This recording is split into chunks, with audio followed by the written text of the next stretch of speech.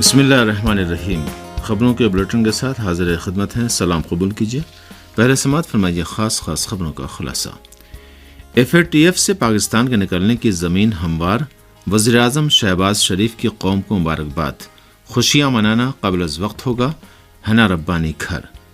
ہندوستان میں اگنی پتھ سمیت BJP حکومت کے دیگر اقدامات کے خلاف احتجاج جاری، دہلی اور لکھنؤ میں عام آدمی پارٹی کے کارکنوں کا مظاہرہ۔ مغرب کے زہریلی پروپیگنڈے پر ایران کا سخت رد عمل، ایٹمی تنصیبات کے اطراف میں ترقیاتی کاموں سے عالمی ادارے کو پیشگی مطلع کیا گیا تھا، ترجمان محکمہ ایٹمی توانائی۔ اور اب پیش ہیں خبریں تفصیل سے۔ پاکستان کے وزیر اعظم شہباز شریف نے FATF کی وائٹ لسٹ میں پاکستان کی واپسی کی راہ ہموار ہونے پر قوم کو مبارکباد دی ہے۔ میڈیا رپورٹوں کے مطابق وزیر اعظم شہباز شریف نے پاکستان کی جانب سے تمام شرائط پوری کرنے کے FATF کے اعلان کا خیر مقدم کرتے ہوئے کہا ہے کہ وائٹ لسٹ میں واپسی سے اقتصادی صورتحال بہتر ہوگی۔ انہوں نے امید ظاہر کی کہ اکتوبر میں FATF ٹیم کے دورے کے بعد پاکستان کا نام گرے لسٹ سے نکل جائے گا۔ ادھر پاکستان کی وزیر مملکت برائے خارجہ امور حنا ربانی گھر کا کہنا ہے کہ FATF کا اقدام پاکستان کو گرے لسٹ سے نکالنے کے اقدامات کی کڑی ہے، اس معاملے پر جشن منانا قبل از وقت ہوگا۔ قابل ذکر ہے کہ فائنینشیل ایکشن ٹاسک فورس کے صدر ڈاکٹر مارکس پلیئر نے کہا ہے کہ پاکستان نے تمام شرائط مکمل کر لی ہیں اور اسے گرے لسٹ سے نکالنے کا فیصلہ جائزہ ٹیم کی رپورٹ کے بعد کیا جائے گا۔ واضح ہے کہ جمعے کی شام جرمنی میں ہونے والے FATF کے اجلاس میں پاکستان سمیت دیگر ممالک کو FATF کی گرے لسٹ سے نکالنے سے متعلق فیصلہ متوقع تھا، لیکن پاکستان کے بارے میں کوئی حتمی فیصلہ نہیں کیا گیا۔ نئی بھرتی اسکیم اگنی پتھ کے خلاف ملک میں ہنگامہ آرائی کے بعد فوج نے آج بھرتی کا عمل جلد شروع کرنے کا اعلان کرتے ہوئے کہا ہے کہ 2 دن میں فوج کی ویب سائٹ پر نوٹیفیکیشن جاری کر دیا جائے گا۔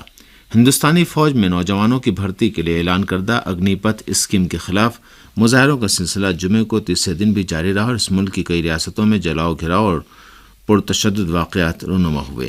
اگنی پتھ اسکیم کے خلاف بہار، اتر پردیش، ہریانہ، مدھیہ پردیش اور راجستھان اور دارالحکومت دہلی سمیت دیگر ریاستوں میں زبردست مظاہرے کیے گئے۔ مظاہرین نے کئی مقامات پر ریل روڈ ٹریفک میں خلل ڈالا اور کئی گاڑیوں کو نظر آتش کیا۔ بائیں بازو کی طلبہ تنظیموں اور عام آدمی پارٹی کے طلبہ ونگ نے دہلی اور لکھنؤ میں احتجاج کیا، جہاں ITO میٹرو اسٹیشن کے نزدیک پلے کارڈز اٹھائے طلبہ کی ایک بڑی تعداد جمع ہوئی، جہاں انہوں نے دفاعی خدمات میں نئی متعارف کرائی گئی بھرتی اسکیم کے خلاف احتجاج کیا اور اسے فوری طور پر واپس لینے کا مطالبہ کیا۔ مظاہرین نے پرانے دہلی پولیس ہیڈ کوارٹر اور ITO میٹرو اسٹیشن کے گیٹ نمبر 5 میں دھرنا دیا اور اگنی پتھ مخالف نعرے لگائے۔ طلباء کی بڑھتی ہوئی تعداد کو دیکھتے ہوئے central reserve police force CRPF سمیت سیکورٹی اہلکاروں نے مظاہرین کو منتشر کرنے کے لیے کارروائی کی اور دہلی پولیس نے کئی لوگوں کو گرفتار بھی کیا۔ بہار سے اطلاعات ہیں کہ مظاہرین نے خاص طور پر ریلوے کو نشانہ بناتے ہوئے 8 ٹرینوں کو آگ لگا دی۔ بکسر اور نالندہ اضلاع میں مظاہرین نے ریلوے ٹریک کو بھی نظر آتش کر دیا، جس سے ریلوے ٹریفک ٹھپ ہو کر رہ گیا۔ دراصل نئی بھرتی اسکیم اگنی پتھ کے خلاف ملک میں ہنگامہ آرائی کے بعد vice chief of army staff lieutenant general BS Raju نے جمعے کو بھرتی کا عمل جلد شروع کرنے کا اعلان کرتے ہوئے کہا کہ 2 دن میں فوج کی ویب سائٹ پر نوٹیفیکیشن جاری کر دیا جائے گا۔ فوج نے بھی واضح کیا کہ مستقبل میں جوانوں کی بھرتی صرف اگنی پتھ اسکیم کے تحت کی جائے گی اور پرانے عمل کے تحت بھرتی روک دی گئی ہے۔ فوج کی جانب سے احتجاج کرنے والے نوجوانوں سے کہا گیا کہ وہ ایجیٹیشن چھوڑ دیں اور بھرتی کی تیاریاں شروع کر دیں، کیونکہ بھرتی کا عمل جلد شروع ہونے والا ہے۔ افغان دارالحکومت کابل میں پے در پے کئی دھماکوں کی آوازیں سنی گئی ہیں۔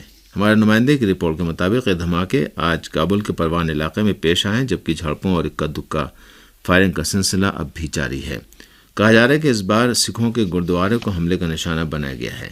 تازہ خبروں میں بتایا گیا کہ گردوارے پر حملے میں کم از کم 2 افراد ہلاک اور 7 افراد زخمی ہوئے ہیں۔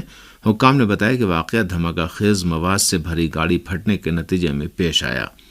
افغانستان بالخصوص کابل، قندوز اور بلخ صوبوں میں حالیہ مہینوں میں متعدد دھماکے ہوتے رہے، جن میں سینکڑوں افراد خاص طور پر نمازی اور شیعہ طالب علم شہید اور زخمی ہو چکے ہیں۔ اکثر حملوں کی ذمہ داری داعش نے قبول کی ہے۔ جمعے کو صبح قندوز میں اہل سنت کی ایک مسجد میں ہونے والے دھماکے میں 10 افراد ہلاک اور زخمی ہو گئے تھے۔ ایران کے ادارے ایٹمی توانائی کے ترجمان نے نتنز میں ایٹمی مرکز کے اطراف میں ایران کے ترقیاتی امور کے بارے میں مغرب کے زہریلے پروپیگنڈے پر رد عمل کا اظہار کرتے ہوئے کہا ہے کہ باوجود اس کے کہ ایران سیف گارڈ پروٹوکول سے ہٹ کر اطلاعات فراہم کرنے کا کوئی فریضہ نہیں رکھتا، مگر تہران نے نتنز کے ایٹمی مرکز کے اطراف میں اپنی ترقیاتی سرگرمیوں سے ایٹمی توانائی کی بین الاقوامی ایجنسی کو باخبر کیا ہے۔ امریکی اخبار نیویارک ٹائمز نے جمعے کے روز اپنی ایک رپورٹ میں دعویٰ کیا کہ ایران نتنز ایٹمی سائٹ کے جنوب میں سرنگیں کھود رہا ہے۔ اس اخبار کی رپورٹ میں اسی طرح یہ بھی دعویٰ کیا گیا ہے کہ ایران پہاڑوں کے نیچے ایٹمی تنصیبات تیار کر رہا ہے تاکہ بمباری اور الیکٹرانک حملوں کے نقصانات سے بچا جا سکے۔ اخبار نیویارک ٹائمز نے رپورٹ شائع کر کے اس بات کی کوشش کی تھی کہ نتنز میں ایران کے ترقیاتی اقدامات کو خفیہ اور خطرناک اقدامات ظاہر کرے۔ ایران پریس کی رپورٹ کے مطابق ایران کے ادارے ایٹمی توانائی کے ترجمان بہروز کمالوندی نے نور نیوز سے گفتگو میں اس بات کا ذکر کرتے ہوئے کہ نقل و انتقال کا عمل ایران کے ایٹمی مرکز کی سیکورٹی بڑھانے کے لیے انجام پایا ہے اور اس سلسلے میں ایٹمی توانائی کی بین الاقوامی ایجنسی کو باخبر بھی کیا گیا ہے۔ کہا کہ ایران کے اقدامات کے مکمل شفافیت کے پیش نظر اس میں کوئی شبہ نہیں کہ غلط فائدہ اٹھانے اور یا شک و شبہ پیدا کرنے کی صہیونی ذرائع کی کوششیں کارگر ثابت نہیں ہو سکتیں۔ ایران کے ادارے ایٹمی توانائی کے ترجمان بہروز کمالوندی نے گزشتہ برس کہ ایران کے ایٹمی مرکز پر ہونے والے دہشت گردانہ حملے کی طرف اشارہ کرتے ہوئے کہا کہ ایران کے حساس ایٹمی تنصیبات کی حفاظت کے لیے سیکورٹی اقدامات مزید سخت کیے گئے ہیں۔ انہوں نے کہا کہ اس سلسلے میں ایران کے تمام اقدامات سے IAEA مکمل طور پر باخبر ہے۔ ایران کے ادارے ایٹمی توانائی کے ترجمان بہروز کمالوندی نے کہا کہ ایٹمی توانائی کی بین الاقوامی ایجنسی نے اپنے فرائض کی ادائیگی میں کوتاہی برتی ہے، یہاں تک کہ ایران کے ایٹمی مرکز پر ہونے والے دہشت گردانہ حملے کی مذمت میں کوئی اقدام تک نہیں کیا ہے۔ ایران کے ادارے ایٹمی توانائی کے ترجمان بہروز کمالوندی نے کہا کہ ایران کی کوئی ایسی ایٹمی سائٹ نہیں ہے کہ جس کے بارے میں IAEA کو آگاہی نہ ہو، اور ایران نے جتنے بھی اقدامات کیے ہیں ان سب کے بارے میں ایٹمی توانائی کی بین الاقوامی ایجنسی کو باخبر کیا ہے۔ بیرون ملک اسکولوں اور تعلیم و تربیت کے بین الاقوامی امور کے مرکز کے سربراہ نے کہا ہے کہ ایران کے اسکولوں میں ان افغان بچوں کی تعلیم کے لیے بھی رجسٹریشن سے کوئی قانونی دستاویز تک موجود نہیں ہے۔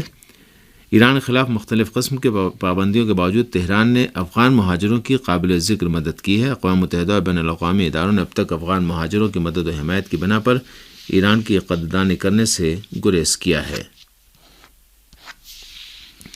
بیرون ملک اسکولوں اور تعلیم و تربیت کے بین الاقوامی امور کے مرکز کے سربراہ مہدی فیاضی نے ہمارے نمائندے سے گفتگو کرتے ہوئے کہا کہ بیرونی طلباء کی زیادہ تر تعداد افغان شہریوں پر مشتمل ہے جو ایران میں اچھی اور مفت تعلیم حاصل کر رہے ہیں۔ انہوں نے کہا کہ ایران میں زیر تعلیم افغان طلباء کی تعداد 5 لاکھ تک ہے، جبکہ اسکولوں میں ان بچوں تک کا داخلہ لیا جا رہا ہے جن کے پاس کوئی شناختی کارڈ یا قانونی دستاویز تک موجود نہیں ہے تاکہ وہ تعلیم سے محروم نہ رہیں۔ ایران کے صوبے سیستان اور بلوچستان کے پورٹ اینڈ شپنگ امور کے ڈائریکٹر نے کہا ہے کہ چابہار بندرگاہ میں اندرون و بیرونی سرمایہ کاری کی ترغیب کا عمل جاری ہے اور ایران کی جانب سے اس علاقے میں ملکی و غیر ملکی سرمایہ کاری کا خیر مقدم کیا جائے گا۔ ایران کے صوبہ چابہار کی بندرگاہ ایران کی ایک ایسی بندرگاہ ہے جو بحر ہند میں بحیرہ مکران میں واقع ہے۔ اپنی اسٹریٹجک پوزیشن کی بنا پر وسطی ایشیا کی خشکی میں محصور مختلف ملکوں میں جملہ افغانستان، ترکمنستان، ازبکستان، تاجکستان، قرقیزستان اور قزاقستان کے سمندر تک رسائی کا نزدیک اور آسان ترین ذریعہ ہے جو ان ملکوں کو دنیا کے آزاد سمندر سے بھی جوڑتا ہے۔ اسی بنا پر اس بندرگاہ کو خاص اہمیت حاصل ہے۔ ایران کے صوبہ سیستان اور بلوچستان کے پورٹ اینڈ شپنگ امور کے ڈائریکٹر ناصر روان بخش نے اسناد سے گفتگو کرتے ہوئے کہا ہے کہ عالمی تجارت کے فروغ اور تجارتی لین دین کی توسیع میں بحری نقل و حمل کو کم قیمت اور پرامن راہ کے اعتبار سے خاص اہمیت حاصل ہے، جس کی بنا پر بحری نقل و حمل کا عمل ساحلی ملکوں میں رقابت کا ذریعہ بھی بنا ہوا ہے۔ ایران کے صوبہ سیستان و بلوچستان کے پورٹ اینڈ شپنگ امور کے ڈائریکٹر ناصر روان بخش نے کہا کہ اس پوزیشن اور قدرتی ظرفیت و توانائی سے استفادہ کرنے کے لیے مختلف ممالک اس سمندر میں سرمایہ کاری کرنے میں دلچسپی رکھتے ہیں۔ ایران بھی اسٹریٹجک پوزیشن کے اعتبار سے شمال و جنوب اور مشرق سے مغرب کی طرف جغرافیائی پوزیشن کے پیش نظر دنیا کے لیے خصوصی اہمیت رکھتا ہے۔ ایران کے صوبے سیستان و بلوچستان کے پورٹ اینڈ شپنگ امور کے ڈائریکٹر ناصر روان بخش نے کہا کہ ایران کی چابہار بندرگاہ آزاد سمندر میں داخل ہونے کے ایک اہم دروازے کی حیثیت رکھتی ہے، جس کی بنا پر مختلف ممالک کی توجہ اس بندرگاہ پر مرکوز رہتی ہے اور بہت سے ممالک اور کمپنیوں نے اسی بنا پر اس بندرگاہ میں سرمایہ کاری میں دلچسپی لی ہے اور اہم سمجھوتے طے کیے ہیں۔ اس سلسلے میں چابہار بندرگاہ کی توسیع سے متعلق ایران، ہندوستان اور افغانستان کے 3 فریقی سمجھوتے کی طرف اشارہ بھی کیا جا سکتا ہے۔ ایران کے صوبہ سیستان و بلوچستان کے پورٹ اینڈ شپنگ امور کے ڈائریکٹر ناصر روان بخش نے کہا کہ چنانچہ اس بندرگاہ کی بدولت ایران کے راستے پڑوسی ملکوں کی تجارت اور آزاد سمندر تک ان کی رسائی کے تعلق سے چابہار بندرگاہ اہم اور مناسب ذریعہ ہے۔ امریکی فوجوں نے شام کا 10 ٹرک گندم لوٹ لیا۔ مشرقی شام میں قابض امریکی فوجی اس ملک کے گندم کے حامل ٹرکوں اور آئل ٹینکروں کو پڑوسی ملکوں میں اسمگل کر رہے ہیں۔ شام کی سرکاری نیوز ایجنسی سانا نے رپورٹ دی ہے کہ امریکی فوجوں نے 40 ٹن گندم کی کھیپ شام کے الجزیرہ علاقے سے لوٹی ہے۔ رپورٹ کے مطابق قابض اور دہشت گرد امریکی فوجوں نے گندم لوٹنے کے بعد اسے شمالی عراق میں اپنی چھاؤنیوں میں بھیج دیا ہے۔ شام کی وزارت پیٹرولیم کے اعداد و شمار کے مطابق قابض امریکی فوجی اور ان کے ایجنٹ روزانہ شام کا 70,000 بیرل تیل چوری کر لیتے ہیں۔